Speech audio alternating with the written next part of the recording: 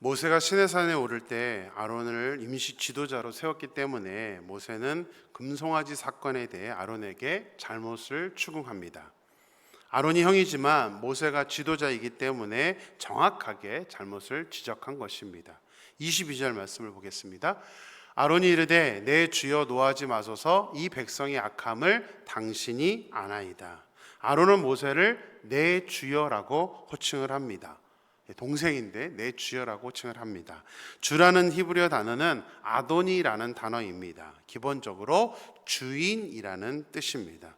이 단어가 이제 복수로 사용이 되면 우리가 많이 듣던 단어가 나옵니다. 아도나이, 하나님을 가리키는 그런 단어입니다. 아론이 모세를 아도나이, 하나님이라고 호칭을 하고 있지는 않지만 아도니, 주인이라고 부르는 것은 아무리 아론 자신이 모세보다 형이긴 하지만 하나님께서 부여하신 권위를 인정하여서 모세를 또 주인이라고 호칭을 한 것입니다. 또 무엇보다 지금 잘못한 일이 있죠. 자신이 잘못한 게 있기 때문에 지금은 이제 자기가 굽힐 수밖에 없는 그런 상황이었습니다. 모세의 권위에 대해서 인정을 하는 것은 좋은데 안타깝게도 모세의 추궁에 대해 아론의 입에서 나온 첫 말은 뭐였죠? 이 백성의 악함을 당신이 아나이다. 무슨 의미죠? 금송아지 사건이 일어난 이유가 바로 백성들이 악해서라고 지금 말을 하고 있는 것입니다. 백성들이 아무리 강하게 요청을 했더라도 모든 결정은 아론이 내리는 것이었음에도 불구하고 자신의 모습은 보지 않고 백성이 악하다면서 백성들 탓을, 책임을 백성들에게 돌리고 있는 것입니다. 참으로 못난 지도자의 모습이죠. 정말 이런 지도자들이 너무나 많습니다. 자기가 잘못해놓고 왜 남한테 탓을 하고 있죠? 24절 말씀 보겠습니다. 내가 그들에게 이르기를 금이 있는 자는 빼내라 한즉 그들이 그것을 내게로 가져왔기로 내가 불에 던졌더니 이 송아지가 나왔나이다. 이렇게 책임을 다른 사람들에게 돌리는 사람들에게 나타나는 모습은 뭐냐면 팩트를 다 거짓말로 꾸민다는 거죠. 아론의 이 해명을 잘 보십시오. 사실이 아닙니다.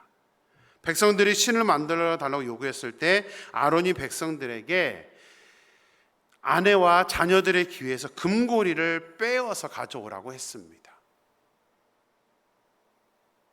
그런데 아론은 모세에게 금이 있는 자는 빼내라 한즉 그들이 그것을 내게로 가져왔다라고 그때의 상황에 대해서 애매하게 설명을 하고 있습니다. 게다가 아론은 백성들의 손에서 금고리를 받아서 조각칼로 새겨 송아지 형상을 만들었는데 모세에게는 뭐라고 말합니까? 내가 불에 던졌더니 이 송아지가 나왔나이다. 이게 말이에요, 방구예요? 금을 던졌더니 송아지가 그냥 나왔대요. 그러니까 아마 의도적으로 막 이렇게 새겨서 만들지 않았다는 것을 말하기 위해서 이런 표현을 하고 있는 것이죠. 문득 이 구절을 보면서 몇 년 전에 본 1987이라는 영화가 생각이 났습니다. 1987년을 이제 모토로 한 영화인데 박종철 고문치사 사건을 이제 영화로 만든 그런 내용입니다. 그때 대공수사처장이 너무나 유명한 말, 아마 기억하시는 분도 계실 텐데요. 책상을 탁 치니 억 하고 죽었다라고 말을 해서 이게 굉장히 화제가 됐던 그런 황당한 말이죠. 근데 아론이 지금 이런 황당한 말을 하고 있는 겁니다. 전형적으로 자신의 책임을 회피하는 사람들에게 나타나는 모습입니다. 아론은 자기 자신은 아무런 죄가 없다면서 모든 잘못을 백성들에게만 돌리고 있는 것입니다. 죄를 짓지도 않았지만 하나님께서 이스라엘 백성들을 진멸하겠다고 하셨을 때에 중보자로 나섰던 모세와는 너무나도 대조적인 그런 모습입니다. 최악의 지도자는 자신의 부족한 모습은 인정하지 않으면서 남의 탓을 하고 또 자신에게 불리하지 않도록 진실을 왜곡하는 사람들입니다. 더 안타까운 사람은 그런 사람을 추종하는 사람들입니다. 냉정하게 볼 수 있어야 됩니다. 아론의 모습을 보면서 다른 사람이 아닌 우리의 자신의 모습을 볼 수 있었으면 좋겠습니다. 정말 우리가 하나님의 믿음을 가진 사람이라면 내 모습을 먼저 볼 수 있어야 됩니다. 내가 무엇을 부족한 게 있는가? 그리고 남의 탓, 진실을 왜곡하는 것이 아니라 정말 바르게 우리가 인식하고 나의 잘못을 인정하고 책임질 수 있는 저와 여러분이 되기를 주님의 이름으로 축원합니다. 자, 우리 25절 말씀을 보겠습니다. 모세가 본즉 백성이 방자하니 이는 아론이 그들을 방자하게 하여 원수에게 조롱거리가 되게 하였습니다. 아론의 해명을 들은 모세는 백성이 방자하게 행했고 백성을 방자하게 해서 원수에게 조롱거리가 되게 한 것이 다른 백성들, 아론이 말한 것처럼 다른 사람들이 아니라 바로 당신 아론입니다라고 모세는 말을 합니다. 우리 개역성경은 방자하다라고 번역을 했는데 방자하다가 무슨 뜻인지 아십니까? 방자하다. 우리 오만방자하다 뭐 이런 표현을 할 때 사용하는 단어죠. 이거 사전으로 찾아보니까 어려워하거나 삼가하는 태도가 없이 건방지다라는 뜻이라고 사전에는 정의를 하고 있습니다. 히브리어를 보니까 이제 히브리어로는 파로아라는 단어인데 좀 뜻이 다양했습니다. 고삐를 풀다, 해방하다, 면제하다, 심지어는 벌거벗다라는 다양한 뜻을 가진 단어입니다. 그러다 보니까 이 단어를 해석하는 번역할 때의 여러 번역본들이 전부 다 다르게 번역을 했습니다. 우리 표준 세번역은 제멋대로 날뛰다, 공동 번역은 굴레벗은 말처럼 멋대로 날뛰다, 영어 성경에서 NIV는 get out of control, 통제를 벗어나다. 킹 제임스 버전은 were naked, 그러니까 벌거벗은 상태다라고 번역을 했습니다. 아마도 이제 금송아지에게 제사를 하면서 흥분해서 벌거벗은 상태로 문란하게 광란의 축제를 벌인 것을 묘사하는 것이라고 생각이 됩니다. 자, 모세는 백성들이 이렇게 문란하게 우상을 섬긴 이유가 아론 때문이라고 지목하면서, 먼저 백성들 탓하는 게 아니라 아론 때문이라고 지목을 하면서도 이제 누구든지 여호와의 편에 있는 자는 나아오라고 말합니다. 여호와의 편에 있는 자는 나오라. 그때 이제 레위 자손들이 모세 앞에 나왔습니다. 모세는 하나님께서 말씀하셨다면서, 하나님께서 허락하신 것이라면서 레위 자손들에게 허리에 칼을 차고 우상 숭배에 가담한 사람들을 죽이라고 명령을 합니다. 자, 지도자인 아론이 잘못을 했다고 말하긴 했지만 백성들의 잘못도 있기 때문에 백성들이, 잘못한 백성들도 지금 심판, 징계를 하겠다라고 이런 결정을 하고 있는 것입니다. 근데 하나님의 방법은 어떠한 천재지변이나 뭐 이런 걸로 벌을 내리는 것이 아닙니다. 그동안 이 출애굽기에 보면 여러 사건들 가운데 하나님은 어떤 질병이나 또 지진이나 이런 거를 통해서 벌을 내리셨었습니다. 그런데 오늘 본문에서는 사람이 사람을, 동족이 동족을 죽이는 방법으로 이런 문제를, 벌을 내리시고 있다는 사실입니다. 굉장히 잔인하죠. 왜 사람이, 같은 동족이 그 동족을 죽이라고 하나님은 이렇게 명령을 하신 것일까요? 하나님께서 모세에게 여호와의 편에 있는 자를 나오게 하라고 말씀하신 것을 우리가 주목을 해야 됩니다. 이것은 하나님께서 편가르기를 하기 위해서 그렇게 말씀하신 것이 아닙니다. 금송아지를 만드는데 동조하지 않은 사람들 가운데 금송아지를 만드는 것이 얼마나 큰 죄인지를 그들로 하여금 깨닫게 하기 위해서, 그리고 하나님의 편에 서 있는 것이 어떤 것인지 그런 사람들을 찾기 위해서 이렇게 말씀을 하고 있는 것입니다. 비록 동족을 죽여야 하는 가슴 아픈 일이지만 우리 이스라엘 안에 들어와 있는 이 잘못된 죄악을 반드시 우리 하나님의 마음을 이해해서 그 죄악을 없애야 되는 그 중요한 일을 하기 위해서 하나님은 하나님의 편에 있는, 순종할 수 있는 사람을 찾았던 것입니다. 중요한 것은 그 일에 레위인들이 자원을 했다는 것입니다. 레위는 우상 숭배를 허락했던 아론이 속한 그 지파 사람입니다. 레위인들이 앞장섰던 것은 아마도 아론, 지금 모세도 아론 때문이야 라고 말했기 때문에 자기들이 어떠한 일종의 책임감을 같이 느꼈던 것이 아닐까라고 생각합니다. 비록 자기들은 우상숭배에 가담하지는 않았지만 아론이 이 모든 결정을 했기 때문에 아론을 대신해서 자신들이 이 일들을 감당하려고 했던 것 같습니다. 레위인들은 모세의 말에 순종해서 우상숭배에 가담한 3,000명 가량을 칼로 죽였습니다. 29절 말씀 보겠습니다. 모세가 이르되 각 사람이 자기 아들과 자기의 형제를 쳤으니 오늘 여호와께 헌신하게 되었느니라. 그가 오늘 너희에게 복을 내리시리라. 모세는 레위인들이 동족을 죽인 행동에 대해서 여호와께 헌신한 것이며 하나님께서 복을 내리실 것이라고 말하고 있습니다. 아니, 자기 동족을 죽이는 일에 앞장선 레위인들의 행동에 대해 분명 거부감을 갖는 사람도 없지는 않았을 것입니다. 근데 그게 어떻게 헌신이 되고 하나님께 복을 받을 행동이냐고 반문을 할 수도 있습니다. 우리 역시도 지금 이 글을 읽으면서 어떻게 그거를 복을 받을 행동이라고 할 수 있을까라고 생각하는 분도 계실 것입니다.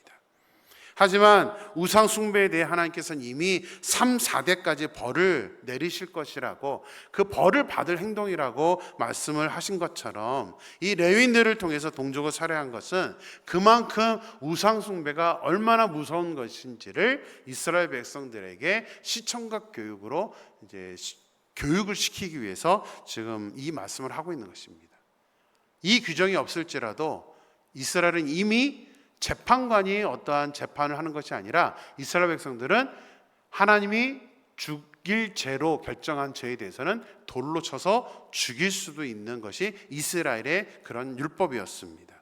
그만큼 하나님은 죄악을 싫어하시기 때문에 이런 규정을 내리셨던 것입니다. 그래서 이 본문은, 하나님의 이 방법은 그 죄가 얼마나 중요한지, 그 죄의 어떤 심각성을 우리에게 이렇게 경각심으로 말씀하시기 위함이라는 것을 깨달아야 됩니다.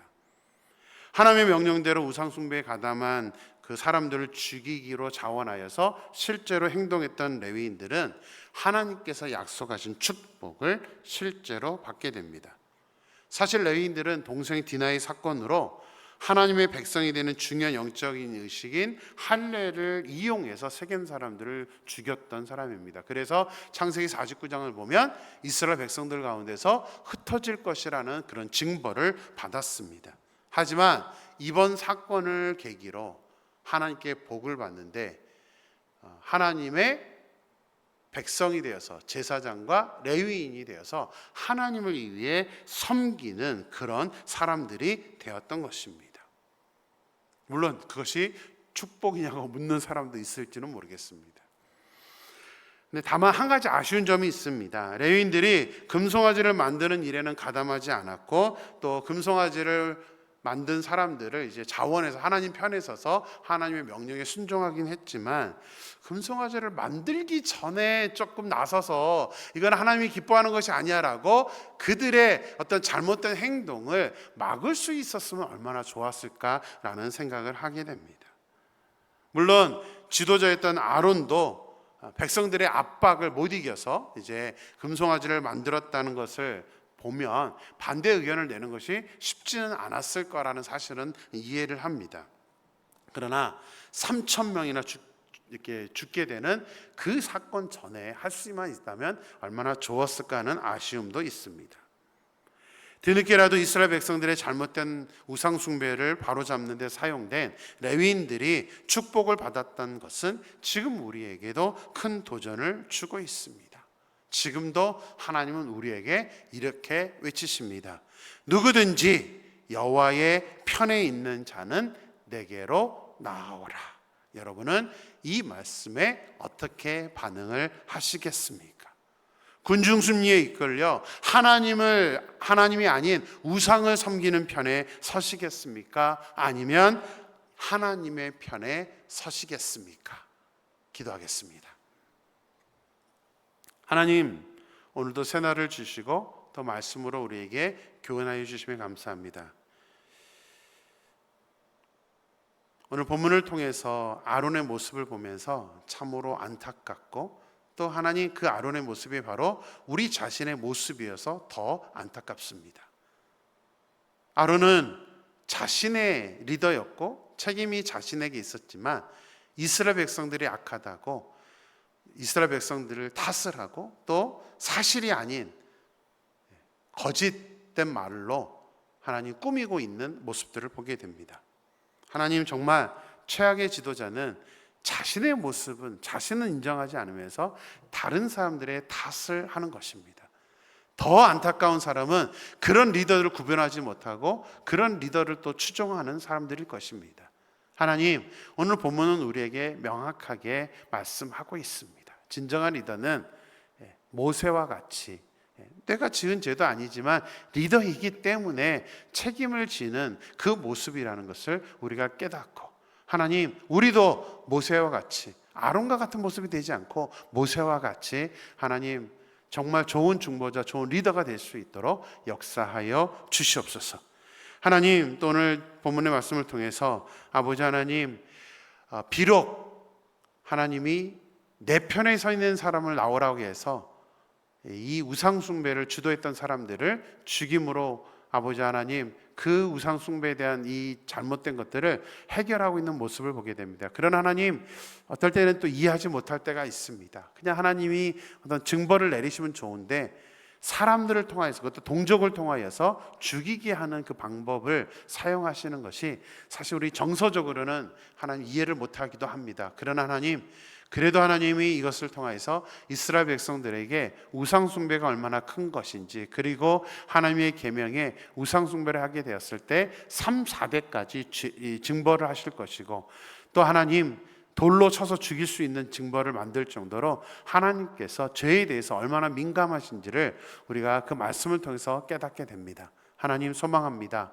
우리가 온전히 이 죄의 무거움을 느끼게 하시고, 무엇보다도 하나님 우상을 섬기는 그 영향 아래 있는 사람이 아니라 하나님의 기뻐하시는 일에 그 영향 아래 있는 하나님 편에서는 그런 저희들이 될 수 있도록 역사하여 주시옵소서. 거룩하신 예수님의 이름으로 기도드렸습니다. 아멘.